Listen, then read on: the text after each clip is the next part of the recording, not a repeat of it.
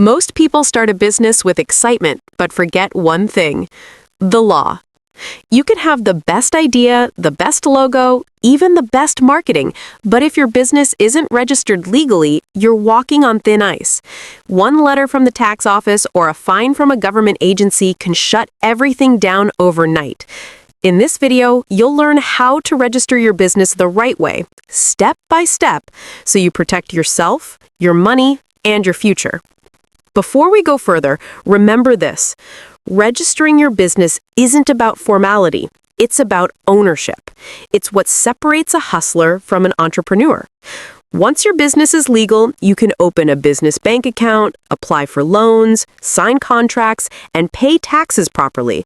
So if you've ever asked yourself, where do I even start? Stay with me. You'll learn everything you need to do from start to finish. First, you need to decide the type of business structure that fits what you're doing. This choice affects your taxes, your liability, and your control. Sole proprietorship. Easiest to start, but you're personally responsible for debts. Partnership. 2 or more people share profits and losses. Limited liability company, LLC, gives you protection. Your personal assets are separate from your business. Corporation, ideal for bigger ventures or when you plan to raise funds. If you're starting small, an LLC is usually the safest option because it protects you from legal risks while keeping taxes simple. Your business name is your identity. Before you print cards or open a page online, search if the name is available. You can check your country's business registry or online trademark database. Avoid names already taken, or you could face legal trouble later. Once you confirm it's free, register the name officially so no one else uses it. Now comes the paperwork. You'll need to file your registration with your local business authority. Usually this is done through a Corporate Affairs Commission, CAC, or similar agency depending on your country. Prepare basic details: your business name, address, owner information, nature of business, identification documents. Once you submit and pay the fee, you'll receive a certificate of incorporation or business license. That's your proof that your business legally exists. Every legal business must pay taxes. That's where your tax identification number comes in. You'll use it to file taxes, open a business bank account, and apply for government opportunities. You can register for your TIN online or at the tax office.